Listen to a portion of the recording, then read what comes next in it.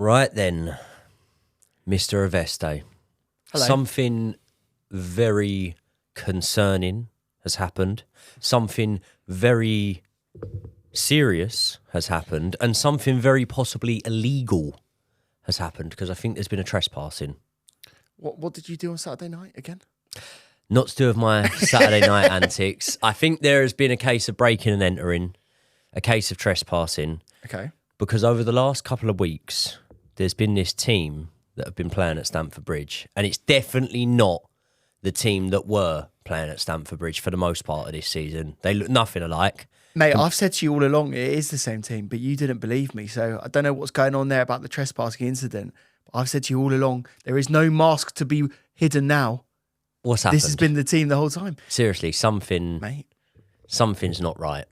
What do you think isn't right? Like, what has changed? I mean, look, going back to a chat we had on the kickoff, right? And this chat... The chat that you said that you wanted Mauricio Pochettino to leave, or was that another chat? I don't remember that one. Don't remember that God, one. your memory is getting worse as you get older. It No, really is. leave a key out, I said. Okay, We've been flat sharing. Yeah. No, look, like, we had this chat on the kickoff, didn't we? And it was... Do you remember when it was? Do you remember what chat I'm talking about here? The No, I whole don't know what you're three talking about. games in a row. I don't remember what- Three wins on the bounce. I don't We had a remember. chat, and it was around the maybe 15-game mark, 10-game mark. It could have even been. Yeah. We were sat on the kickoff, me, you, and Brian, and I said, Josh, I don't see this side winning 3 games in a row this entire season. I said to you, when do the 3 wins on the trot come? And I you said it's to coming. Me, you said to me it was coming, Yeah. but you did also say to me, well, look at our next few fixtures. Yeah. We've got... So it was right before the Sheffield United game, Yeah. funny enough, that we won 2-0 at Stamford Bridge. Yeah. And you told me it'll happen sooner rather than later. No, it did take a long time to happen, but we're now officially riding high off the back of 3 wins in a row. Obviously, the 3-2 win against Aston Villa, the 2-0 win against Tottenham Hotspur, and now a 5-0 win against West Ham. High-flying West Ham. They're in the top form that they could possibly be in all season. Moises, still unbelievable manager. They're not even thinking about sacking him, are they? We were singing yesterday, weren't we? We want you to stay. We want you to stay. Breaking news, by the way. They've just hired Lopetegui. Have they actually? Did say, yeah. I like Yeah, Lopetegui. yeah. Good bloke. Great name. Really good name. Yeah. Very difficult to say. Yeah. Yes, a little bit sort of more difficult, more niche than David Moyes, isn't it? So, Yeah, I mean, yeah, we've all struggled with Moises. But the irony is absolutely no guarantee that a sexy name gets you a sexy league position. I think they're still gonna be in Pochettino trouble. was pretty sexy Yeah. start of the season, wasn't he? Let's do a little look into our crystal ball in the future. I'm going to say it now. Hope we. Who's your clipper? Who's your editor now? What's his name? Jack Thorpe. Jack Thorpe. I hope you remember this moment, mate, because I need you to clip this up for me. I'm going to say now, Lopetegui is gone by December. Yeah. Call I it. wouldn't argue it too much, but they don't really do mid-season sackings, West Ham, do they? They will do when they're in the bottom half of the league. I'll tell you what, I would have done a mid-game sacking yesterday because we absolutely ransacked them at Stamford Bridge. And we are going to talk about the game. We're going to talk about the uplift in form. We are going to delve in to the second half of the season and why it's going so well. Can we say it's going well? I think we can say that. I think we can say it's going well. I think we Yeah. can say it's going well. Do me a massive favour on this bank holiday Monday, if you are living inside the UK, if you're from anywhere else, let us know how it is in your neck of the woods today. Do us a massive favour, hit the like button right now. Head over to the description where you can find Josh Aveste's channel linked. You're going to head over there. You're going to subscribe. We're nearly on the 10k mark on your channel now. We're nearly aren't there. we? Yeah. It's Smashing very it. good. Thank you to every single one of you that's come over from these videos. It's been massive. Yeah. Yesterday's game, I went to Stamford Bridge, still riding the high from Thursday night's game. And let's be honest, right? Still pissed. 2 London derbies. Still pissed, yeah. Yeah. Still am now. 2 London derbies in the space of, 72 hours roughly or so, a little bit more. You're better at maths At than the me. start of the season, this probably would have been 2 losses. Yeah. Would you not say? Yeah, probably. Yeah. Probably. Yeah. And things are changing. Let's speak about the game yesterday, starting off. A little look at the starting lineup, where there wasn't really much room to manoeuvre when it came to the starting lineup. We pretty much knew who we would have available, who we wouldn't have available. But despite there being one change, wasn't there? Obviously, Yes. Trevor Chalobah Told you he's very, very positionally versatile. He moves over to right back. Thiago Silva comes back into the middle of defence. He's paired up with Benoit Badiashile and the main man, Cucurella, who we're going to speak about in a lot more detail today, over at left back. Apart from that, pretty much same lineup that we've seen. Caicedo in the middle paired with Conor Gallagher. We're going to speak about the impact that that's having and whether or not we're missing Enzo Fernandez right now. And up top, pretty much picking itself now. Mudryk on one side, Madueke on the other, Cole Palmer, sat behind Nicholas Jackson, who is prolific. What did you make of the game yesterday? I thought that actually West Ham started a little better than Tottenham did in the London derby on Thursday night. Do you not think that it could have been about 8-5, the game? Well, it could have been 6-3. Yeah, how many times did they hit the crossbar in the first half? Does hitting the woodwork count as a shot on target? No. No. Well, I've got absolutely no sympathy for them whatsoever then. I mean, they had their chances, didn't they? To say that we won the game 5-0 and that it was so one-sided is a little bit unfair to West Ham in that first half. No? They had their chances. I mean, they did strike that crossbar aggressively. Well, they didn't. Bowen did. Bowen. No one else hit it. I mean, did Bowen's they? pretty good, isn't he? Did Bowen hit it 3 times? I think it is, Yeah, yeah. needs to work on his shooting. Yeah, and heading. Seriously needs to work on his shooting. Yeah. Who would have thought that he would be popping up with a header in the box from a corner? Who would have thought Noni Madueke would be popping up with Well, the header in the box? exactly. Well, let's get into that, shall we? Yeah. So pretty much after, offering a little bit of resistance early on, West Ham rolled over and had their tummy tickled, didn't they? I'll tell you who I saw. Funny enough, I was going to send a video to you and Brian because we literally talked about it the other day.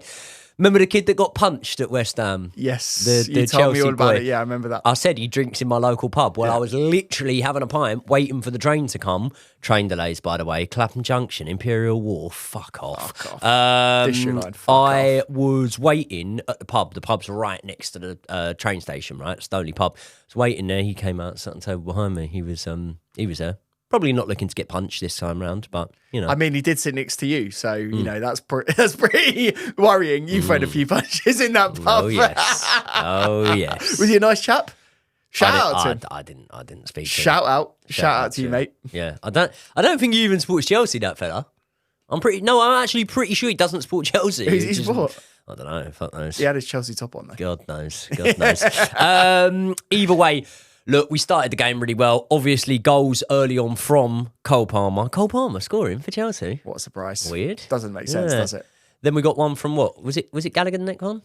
Was Gallagher the third one, I think? Should know, really, shouldn't we? Yeah. Doing a sort of podcast on the game? Noni was the third one because that was the header, wasn't it? I think it was Conor Gallagher Gallagher second, Noni third. Yeah. And then Jackson just steps up. Jacko. Pretty easy, isn't it? Can I tell you one thing? What did Noni Madueke do when he went through on goal? Passed. He passed. I couldn't And believe that. I'm not singling out anyone who doesn't pass. Can you think of anyone? Who are you talking about? Because it I could can't be think of anyone. anyone. Could be anyone. It could be anyone in our team that doesn't pass. Could be one man who's been guilty of doing it quite a few times this season. Who? Raheem Sterling. Oh, Raz. Mate, honestly, I've taken... Let me just, off the top of my head, no prep here. Aston Villa, he went through on... Aston Villa at home when we lost 2-0. Gusto got the red card. He went through on goal, didn't he? Didn't pass. Yeah.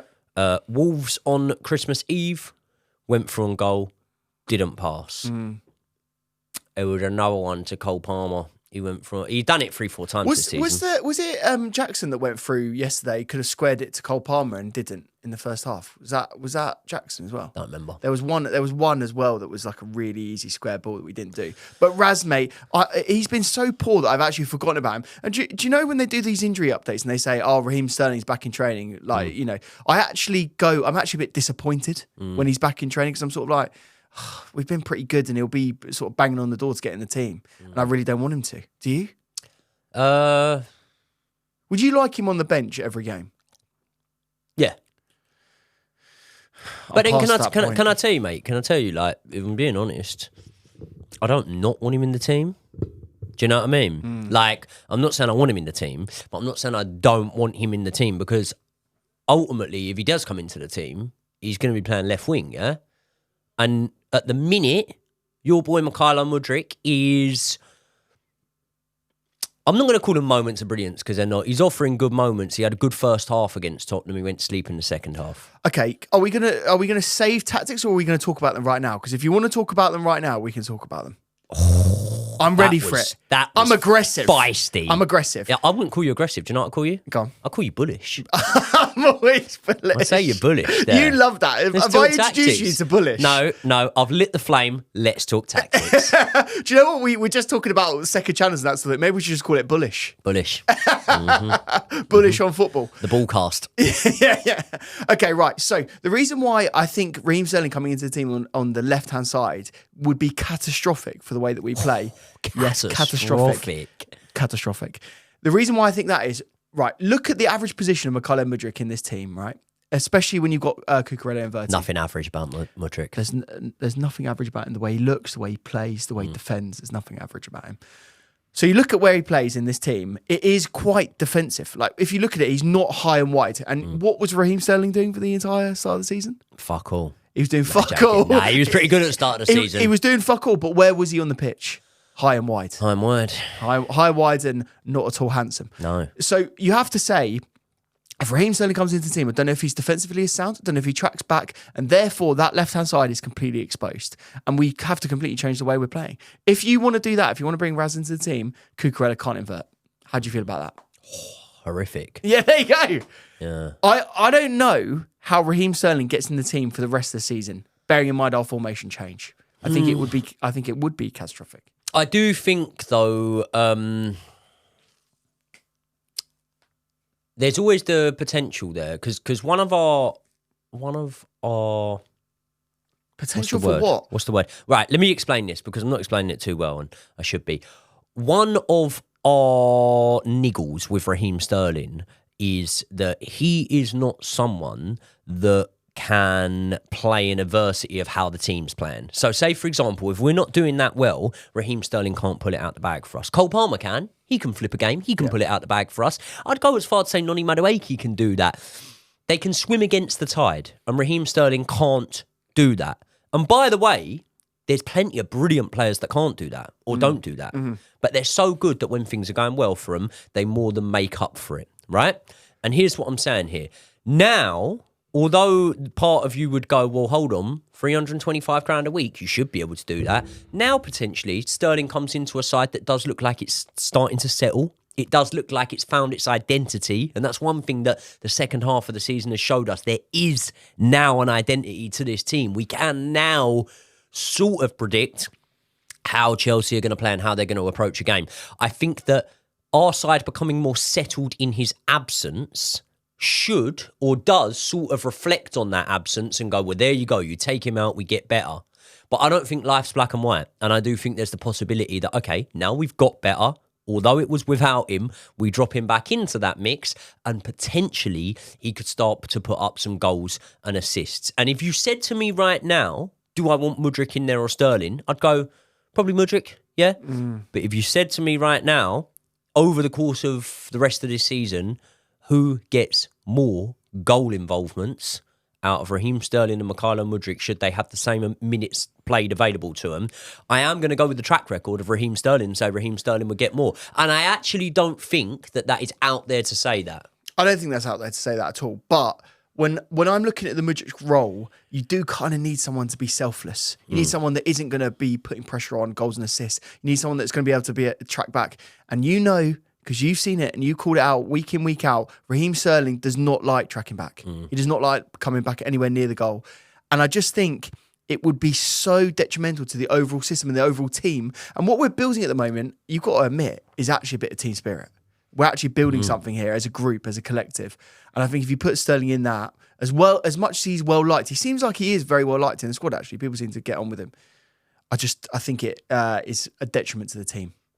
So I'm very happy for him to not be there. And I do think they'll be looking at the summer and thinking maybe this is one to offload, especially with the wages. Would you sell him? I would. Yeah. I would.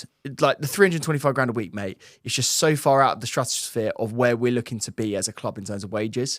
I just don't think he'll be anywhere near it. It's a real outlier in our wage bracket now as well. And it is weird that in 2024 we sit and talk about wages and we care about this side of the game, but ultimately that's the way it's gone. And when I look at our salary our salary list in our team, like, he just doesn't deserve to be anywhere near there. No one does. You can We have haven't 4 got a Cole team. Palmers. Yeah. You know, you can have 5 Conor Gallaghers. Although it's probably only fair we renegotiate Cole Palmer's contract at the it's end of this probably- season. Let's keep him sweet by yeah. all means necessary. Okay, so no Raheem Sterling in there. I do think that when we're looking at that left wing position, potentially, I don't know if I'm ready right now to go, right, Mudryk, you're the man for that position next season. Totally agree with that. And I think that's probably why we should strengthen in the wing areas. But if you're talking about strengthening, do we need to? Because we've got Hutchinson and we've got Angelo Gabriel. Oh, yes. We'll get onto that very soon. Amari Hutchinson.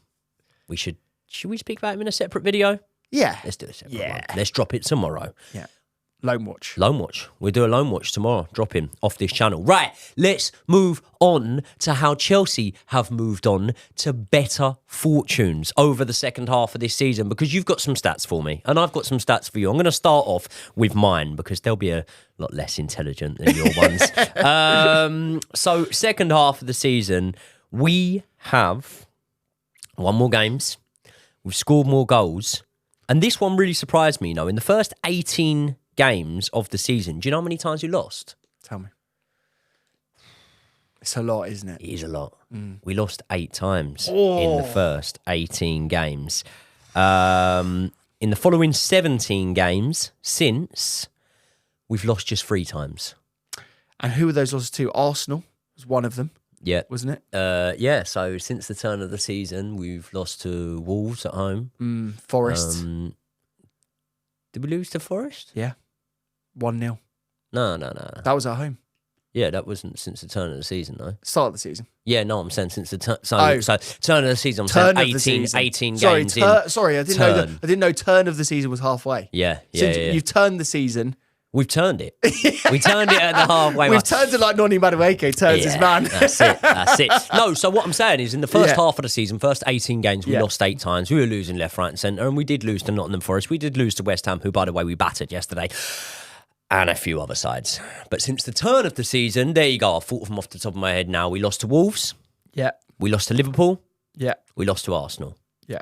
Now, 2 of those losses, pretty embarrassing. 4-1 against a bunch of bottle jobs at Anfield, because obviously they've bottled the league title. Yeah, completely. Yeah, completely bottled it. Yeah. And then the 5-0 to Arsenal, horrendous. We won't talk about that. But other than that, our home form's been pretty good. You got some stats to back that up. Do you know what? I do have some stats for you. So strap in, everyone. I've got Hit some me. beautiful stats. Hit me for with you the here. stats. We've scored 17 goals in our last 4 home games. Oh, fuck off. Just prepare yourself for that. We've only had 1 defeat at home in our last 18 games. That's disgusting, isn't it? It's Mourinho numbers. And we've only had 1 defeat in our last 12 Premier League games, home and away. Was that to league leaders? It was. Oh. Right. So come on. We've been and we're saying on we've been pretty 3 good. wins on the bounce. And we're on 3 wins on the bounce. 3-2 versus Villa. 2-0 versus Spurs. 5-0 versus West Ham. It's not bad going. I mean, as well, if you think about it, Villa, Spurs, right up there, Champions League places. West Ham, they were our Europa League challengers. You know, they're not walkover sides. And we've blown them away. And Blown not them only away. have we done that, we've done it in the middle of an injury crisis. How many injuries? For last couple of games, we've had about 12, 14 injuries, haven't we? 14 for Spurs. Yeah. And then I think it was about 9 for this game. Yeah. Insane. Mental. To have a win as convincing as that. Like, let's have a moment here, mate. If Arsenal had 14 injuries, where would they be in the league? No, still behind City, no matter what. No, if they'd had, yeah. I mean, mate, listen, if they'd had significant bad injuries like that, like realistically, what have Arsenal had this season? They've had Timber out all season, he's back now, and they've had Partey out for times. They've had Gabriel out for a bit as well, but he's ineffectual. No one cares about him. No. They want rid of him, to be fair. Yeah. So realistically, when you look at Arsenal's injury crisis, nowhere near as bad. The only people that can come and talk to me about injuries realistically is Newcastle. Yes. I mean, Man United have had a few, but all shit anyway. Isn't they? You know what I mean? Yeah, totally. We need them to lose tonight. I think they probably will. You can have your Palace kit on Mate, tonight. I've had my Palace kit on under this all day. It's raring to go. I'm going to strip off Careful. Nice. Gonna strip off tonight. Someone wrote in the comment section the other day, does Josh fancy Joey? Yeah. Do you? I mean, the answer's obvious.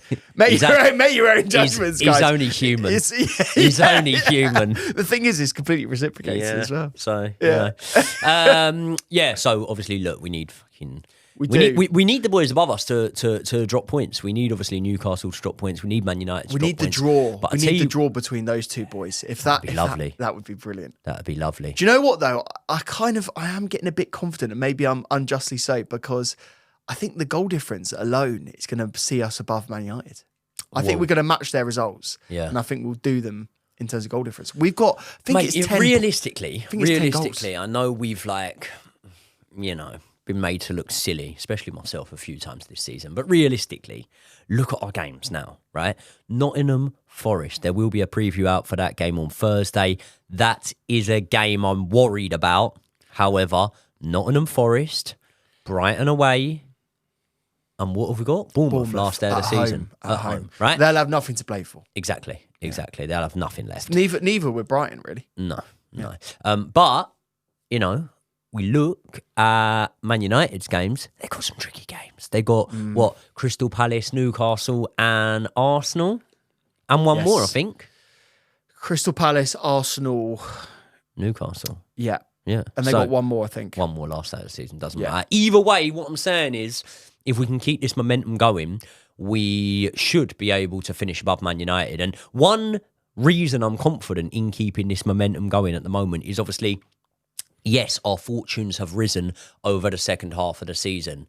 Yes, we are improving. And yes, with the amount of money we've spent and with the talent we've got, the players we've got, we should be now starting to see an identity. In fact, I would argue we should have seen it already. But let's not cry over spilt milk. Let's focus on the here and now and where we're going and how we're moving forward. And one man that is moving forward, every time Chelsea attack or every time Chelsea have comfortable possession of the ball, is Marc Cucurella.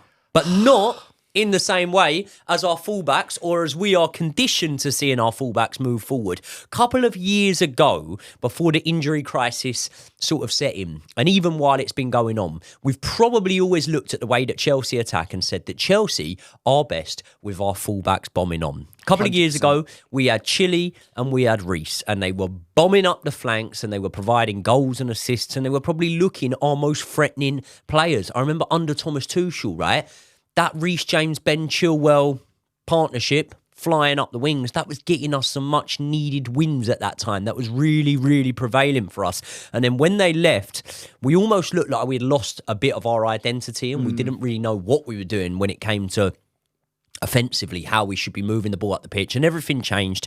But now we're starting to see something different, aren't we? Yeah. And it all starts to stem from the best left-back in the world and potentially one of the best holding midfielders in the world, Marc Cucurella. What a journey we've been on with this guy. Do you know what I mean? Like when we signed him, let's be honest, we were tearing our hair out in a weird way because we knew that we had Lewis Hall, we knew that we had Maatsen coming through. Like and those boys weren't even thought about. You know, Maatsen was on loan at Burnley. Lewis Hall was still in the under-18s or under 21s at that point. And we had this guy come in, and £65 million was the price tag. It's a lot of money. It's a lot of money for a left back. It was a lot of money. Right? And by the way, can I just say, and this is who wanted him? Graham Potter, wasn't it? No. Why did we buy him? Someone else wanted him. Oh, City wanted him. City wanted him. Yeah, who had they just lost in that left back slot? Who was it? I can't remember. He went to Arsenal.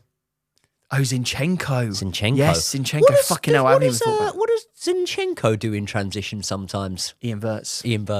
So City wanted Cucurella because he can invert into that midfield and be very, very good in there. This. But it only took us 2 years to work out that we could do that with him.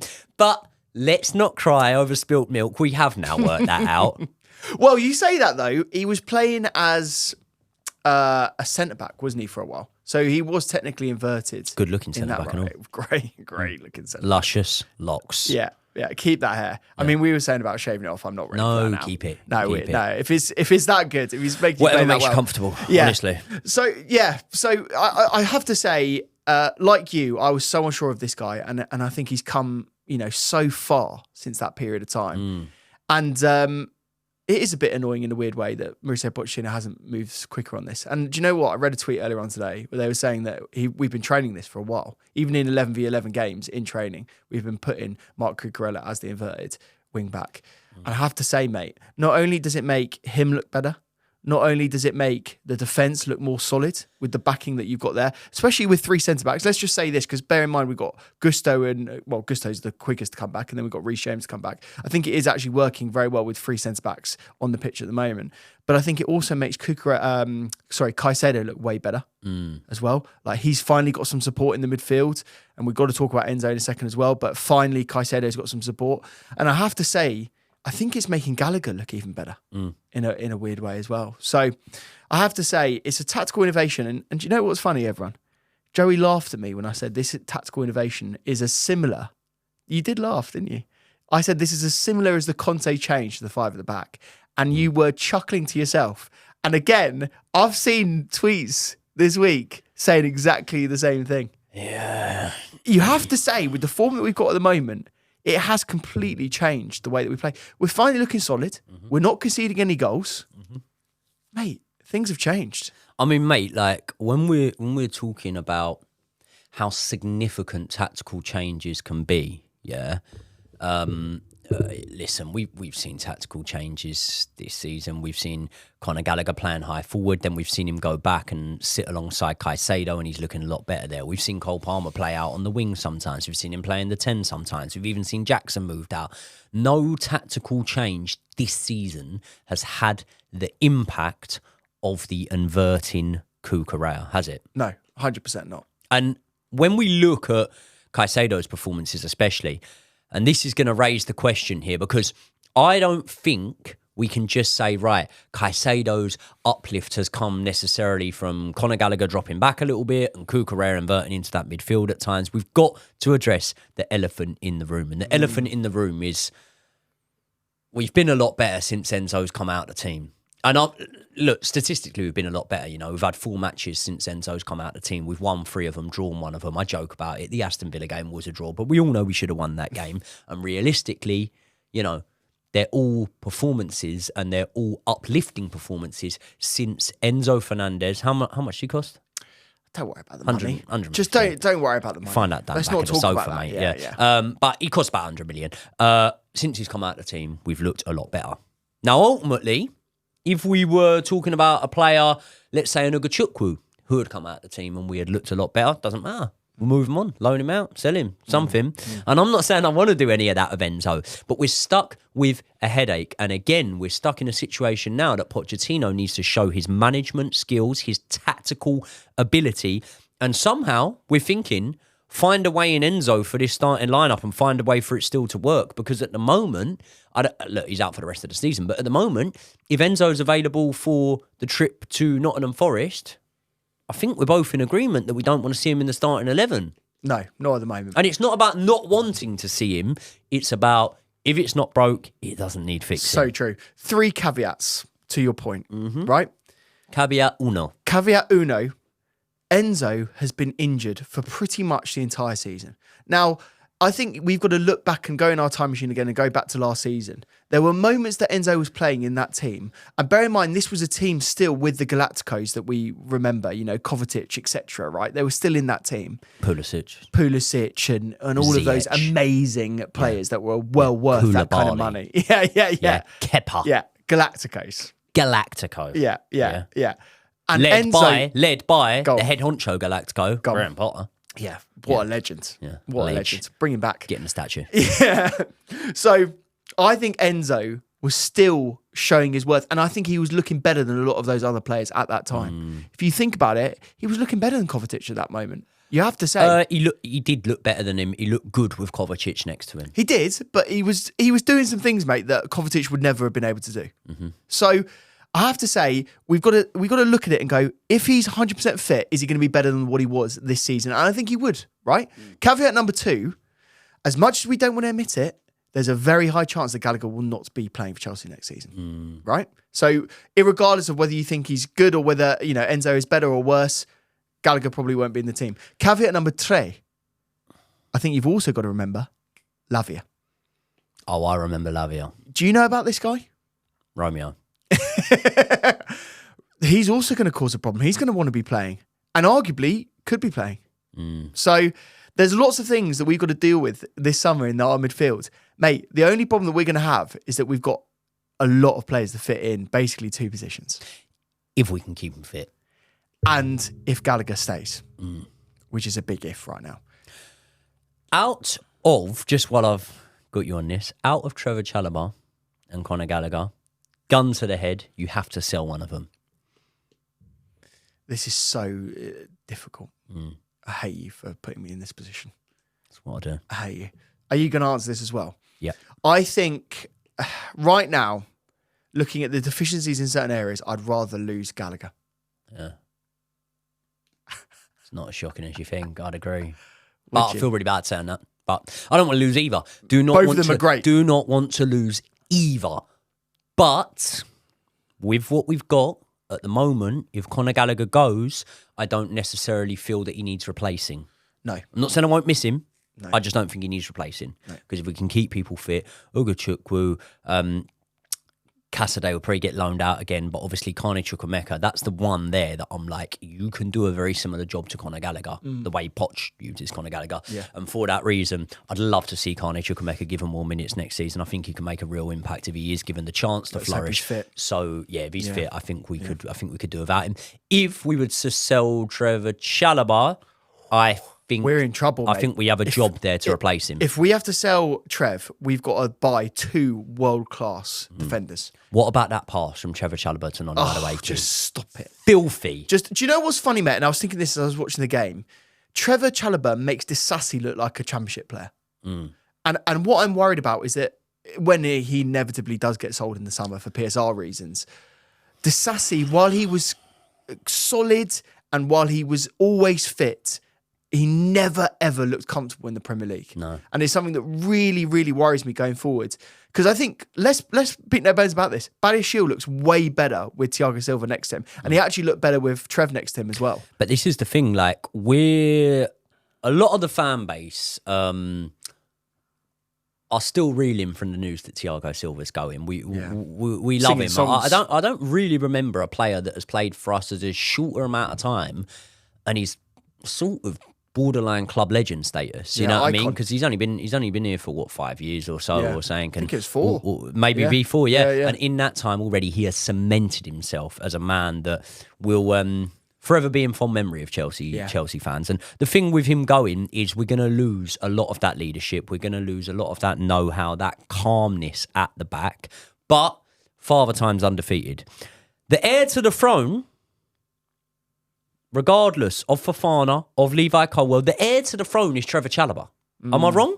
I don't think you are at the moment. I don't think I am full stop. I don't think I am full stop. I think if you look at Trev's career as well, right, you go all the way back to the Tuchel era. He was brilliant in that sort of inside fullback, inside centre-back role. Mate, do you remember some of the goals that he scored, some of the crosses that he used to put in?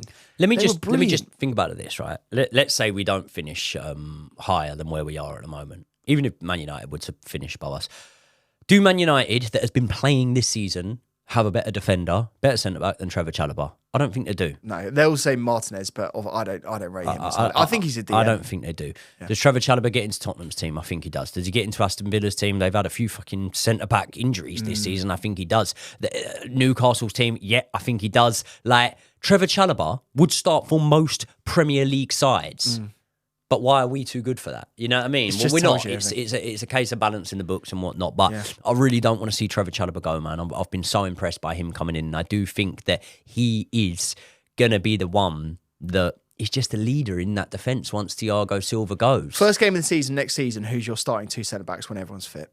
It'd be easy for me to go, Fofana, because whatever. We haven't seen him play all season. So if Fofana. everyone's fit and available, my starting 2 centre-backs for next season would be Trevor Chalobah and Levi Colwill. Me too. Yeah. So there you go. Done. There you go. Academy graduates. Is that at the harsh back. against Badiashile? Nah. No. Because at the moment, I think he's playing really well. He is playing very well. He is playing very well. Which again, I think like when you look at pairings, right? It's almost a bit like couples, opposites attract. You don't want 2 centre-backs that are exactly the same at the back. When you look at the great pairings, they always add one. You look at obviously JT and Carvalho, you had two contrasting players, different players that would offer you different things, but as a partnership, they were perfect. Even away from Chelsea, Vidic and Rio played very, very different, but it worked really well. And I think that when you put, say, for example, Badiashile with someone like a Disasi, who might be a little bit more reckless and, give him a couple of hospital passes So to deal many with, hospital passes. then you won't see the best of Badiashile. Put him in there with someone organised that's got their shit together, someone calm and relaxed, like a Trevor Chalobah. You see the best of him.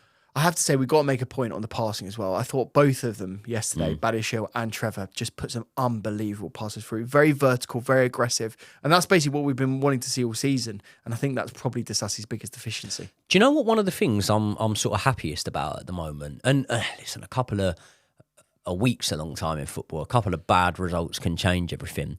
But I'm very optimistic about next season. I'm very optimistic about what needs doing. And I really don't think we need much. No. I really don't. I think we need one first team signing, as in like I would have in the starting 11. One. Which is the striker, I presume. Yeah. Yeah. Although, saying that, look at Nicholas Jackson's numbers now. What's he on? Non-penalty goals? 14, I think it was 14 total. 14 total, yeah. right? So we look at that. I think that if you look at Cole Palmer's numbers, they're ridiculous. I'm very, very sure that had Christopher Nkunku been fit and available for, let's say, 80, 90% of the season, I'm very sure he'd be in double digits for goals, let alone goals and assists. He'd definitely be in double digits for goals and assists. So you look at that, and if you had a player like Christopher Nkunku that you could add to the numbers that Jackson's got and obviously Cole Palmer's got, straight away, that's a couple of league positions higher, I would say we are. I think we can replicate that next season. The biggest task for Chelsea next season is looking into the medical team, hoping that we've just had some really, really horrendous luck, but being sort of mature enough to understand that it might not have been horrendous luck, and we really need to address that side of things. The injuries have crippled us this season, and if we can keep our team injury-free next season, the sky's the limit. Yeah, I have to say, what this game taught me was that we've got some real strength and depth, and I think when we've got everyone fit, the directors of football have actually done something good. Now, you and I were sat here so many times around this table, and we've been saying, are the directors of football good enough, and are they making signings that can actually push Chelsea to the Champions League places, and then hopefully one day towards the title challenge, right? We've said that over and over again. And I think the recent performances, the way the team has been playing, with all of the injuries that we've had, with players coming back, and then also being able to strengthen in the last summer window, which the directors of football said it was always a full window project. I do think that there is some positivity to come here. And I have to say, a lot of teams, analysts, what they do is they look at the second half of the season and they go, that's how you're going to start the next season. I mean, if we start the season the way that we've been playing now, we're going to be right up there. And hopefully that's then the momentum to take us on. So that being said, because we thought it would sort of be a plus for us this season, didn't really transpire to be that way. Do you want Europe? Of course I want Europe. Yeah. I mean, do you want Conference League? I want any form of Europe. Any form. You want all the smoke. I want all of it. In fact, let's play in both if we can. What I'm worried about is that there are PSR ramifications on being in Europe. And so what I'm particularly concerned about, especially if it's just the Conference League, that they're going to have to sell probably Trev and Connor to just play in Europe. Just play. So, mate, there's also rumours, so strap yourself in for this. There are rumours that we could turn down Conference League if we qualify for it.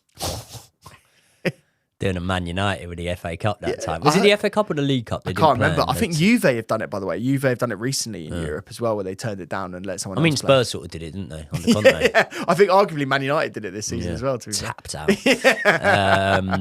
So yeah, that's what really worries me about the European thing. But we want to play in it, don't we? Yeah, 100%. I want Europa. I want Europa. I want Europa. I want fifth. I'd love Europa. Love Europa. Could fifth happen, Joey? Well, I mean, mathematically, it could happen. But do you think it is possible? So Spurs would need to... They lost yesterday. They need to lose pretty much all their games. They're going to lose to City. Yeah. How Spursy would that be, by the way? Oh, imagine that. Spurs have nothing to play for and just go and win Arsenal the title. That would be horrific, wouldn't it? They've got... Has anything more ironic ever happened than that? in Premier League. I mean, they can't want. They're going to have to turn over that game. They're going to have to let City win 8-0. Yeah, they're going to have to. Yeah. That'll just be a 2-0 City. It will. Yeah, be a 2-0. They've got Burnley in their next game. Hard game. And then they've got, after City, they've got Sheffield United, which is a banker. I remember when Burnley became a little bit of a cup side before they started getting up around the Premier League. And I remember we played them. And I remember Spurs played them in the cup. And I think they beat them like 4-2 or something. And Roman Pavlyuchenko scored. That's a blast from the past. That is a blast from the past, yeah. But do you know what? If they hadn't been playing Sheffield United, which is basically a guaranteed 3 points, they've conceded 100 goals in the Premier League, Sheffield United. That is ridiculous. If they weren't playing Sheffield United, and let's say it's another team like a Forest last game of the season, I honestly think they could get like 1 point for the last 3 games. And if they get 1 point for the last 3 games, 5th is on. Yeah. But we'll see. Yeah. Maybe we're being too confident, mate, but you know. I don't think we're being too confident. Just quickly on yesterday's game, before we cap this off, have we got a man of the match? Who was given man of the match officially? Do you know? I don't actually know. Because I don't think it was Jackson. And it's like, you got 2 goals. It probably should be Jackson. It probably should be Jackson. Arguably, I think it should be Noni Madueke. I think Noni Madueke was exquisite yesterday. But just before we go, I just want to touch on Caicedo. This man's fucking unreal, isn't he? Yeah, he is. Like, worth the money. Yeah, easily worth the money. We should have given him a couple more. I feel like we should give him more. I really do feel like we should give him more because, let's be honest, they're struggling without him. They're really struggling. They haven't replaced Caicedo. They haven't replaced Caicedo and McAllister, and they're really struggling. Nothing to do with McAllister, just Caicedo. I mean, to be fair, our boy, do you remember our boy, our little Scottish maestro? Still there. Josh McEachran. Yeah. Billy. Yeah. Billy's still doing well there, isn't he, mate? Yeah. But yeah, I think, look, let's talk about Caicedo. I think the guy was maligned so unfairly throughout the entire season. And I don't think it's actually the last 2 games that have really crowned Caicedo as being one of our better players this season. If you look at his performances week in, week out, he does everything that he needs to do. We've been saying it for ages. We have been saying it. And the fact that people are saying he's a flop of the season just shows they aren't really watching Chelsea. They're not watching it enough. And again, we talk about hospital passes. Some of the times you've seen Caicedo have blunders, it's not him. Yeah. It is him, but it's the pass before that laid the foundations for something to go wrong. And so many times, Disasi or Badiashile, whoever it is giving him an absolute hospital pass to deal with. Now, he's got the protection in there with him. He's got a little pit bull in Cucurella, just winning things out for him. And Caicedo's very, very good, man. Mate, it was that pass really to Jackson as well. That assist, it was an assist to Jackson. Unbelievable ball through. And then he goes and takes it. I mean, and then he has the ice in the brain to actually do a finish, which was brilliant. Fair play to him. But Caicedo did all the work there, let's be honest. Do you know what all of it is telling me? This team is learning how to play together. And it took longer than we thought it was going to. There was probably more downs in the sort of up and down roller coaster journey than we thought there was going to be. But by hook or by crook, it's now happening. And it's happening at the right stage of the season. And Nottingham Forest is going to be the acid test. Because if we do go to Nottingham Forest and win, I'm going to be so confident in this group of boys. Before we go, can we have 30 seconds on Mauricio Pochettino? We can have more than 30 seconds on him. How do you think? How do you find him at the moment? What do you find him the way I've always found him? Lovely, charming man. Do you know what, though? He's proved us all wrong. I think, for me, the 2 things that I was most concerned about is the second halves. He's proved us all wrong on the second halves, hasn't he? Can we just go back, right, to the Arsenal game, okay? Since that game, we were... Even who did we play before Arsenal? I can't remember. I can't remember either. I'll pull it up. But either way, right, since that Arsenal game, we played better in the second half against Aston Villa. We played better in the second half against Spurs. And obviously we scored less in the second half, but I'd say we played better in the second half against West Ham. The main key thing is there hasn't been a notable decline in the second half. And in the matches before that, we were seeing significant declines in the second half. Sorry, Everton, we obviously played better. 6-0. And it was the City game before that as well. Yeah, which the City game, probably not better in the second half, but a good showing. Yeah, Either way, what we're saying here is that trend has now, or seems to have now been bucked. Yeah. And then subs, let's just look at the benches that he's had to play with subs, right? I understand he always does it a bit slowly, but injury-torn season, he's probably not playing players because he's worried about how well they're going to be able to integrate back into the team. He comes on with subs yesterday. They all looked great, you know, and Kunku comes on, looked really good. Cassidy, again, impressing when he comes onto the pitch as well. Like he's changing it, and fair enough, the game's won there. You know, there's not a lot of pressure on the subs at that point. But come on, like actually having a bench that can come on and affect the game is good. So you're confident with Pochettino next season moving forward? Mate, I'm gonna say it now. I've been confident the whole time. I have backed it. There's been 2 moments of weakness for me that I've been really unsure on Pochettino. Obviously, the Arsenal loss. You got to say, come on, you got to really question him there.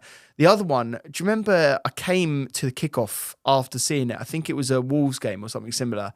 I think it was the second Wolves game because we played them away, didn't we? On Christmas Eve, and then we had them at home. Funny enough, you actually came to the kickoff, I remember, after we beat Brighton 3-2. Yeah. And you were a little bit deflated that day. Yeah. Well, the atmosphere affects you, doesn't it, as well? Do you know what I mean? When people are getting on his back. Some of them wins we were shit. Well, man. And like, that's do you remember the the win against Palace? There was the 3-2 or the 4-2 against Leeds, the Leicester game. I think that was 4-2. We weren't good in even a lot of these games. Brentford 2-2. Those games we were really poor. But it does feel that we turned it. While it's on my mind here, right? When we're talking about this Pochettino story and you know his legacy as Chelsea manager, we're in agreement that we turned a corner. Yeah. Of course, we're going to lose games. We'll probably have, because we are a young squad, we probably will. God, don't say that. We probably will have some embarrassing losses. We might have another 4-1 in there at the hands of Newcastle, Liverpool, like we've had this season. Obviously, hopefully never another 5-0 against Arsenal. But away from isolated incidents, have we turned the corner? Or between now and the end of the season and possibly next season, are we going to have to ride the storm more? Are there going to be moments or periods of time like we've seen under Mauricio Pochettino so far where we do go 3-4 weeks without a win, and you know, or do you think we've bucked that trend, we've turned that corner, and there will be losses in there, but for the most part now we're moving in the right direction? I think momentum is everything, and I think the momentum we've got at the moment now will see us through, and I do think it's a corner turned. I can't see us being as inconsistent as we were at the start of the season, but the big caveat to that is we might be if we sack him. So that's why we got to just keep it. We got to keep going. Yeah. Just persevere. Yeah. Well, people, thank you very much. I was feeling a little bit, is the word reminiscent? Is it reminiscent? Yeah, why not? I was thinking a little bit reflective on the drive up here. And I thought, you know what? This podcast has made this season a lot more bearable for me and you. And we actually get a lot of people in the comments saying the same thing to us. So thank you very, very much for holding out and staying with us this season. Yeah. My God, if you've enjoyed the podcast this season, we've got some big plans for next season, haven't we? Very big. I can't wait for next season. Plans. But the season is not done, ladies and gentlemen. Tomorrow, should we hit them with what we've got coming this week? Because we've got a big week of content. Let's give them it. Today, West Ham review. Tomorrow, should we do a little cheeky loan watch? Yeah, why not? Oh, we got loan watch. The hardcore Chelsea fans have been looking forward to this one. So loan watch, we are obviously going to speak about Amari Hutchinson. We're going to speak about Angelo. Ooh. Going to speak about another man that's been absolutely tearing it up on his loan, and that is Amanda Broha. Oh, yeah. Great minds think alike. We'll speak about all of them. So make sure you are locked in for that one. On Wednesday, we got the Best of London with me and Joel Bayer. On Thursday, we are going to have the Nottingham Forest preview. And on Friday, we might even hit them with a little outgoings video and speak about the players that we need to get rid of. Quite a few as well, isn't there? There's quite a few. Quite a few. Quite a few controversial ones. Might have to do a 24-hour watch along for that one. People, let us know your thoughts in the comment section below. If you haven't already, smash the like, hit the subscribe, head over to Josh's channel. It's linked in the description. Subscribe to his channel, and I will see you all in the next one.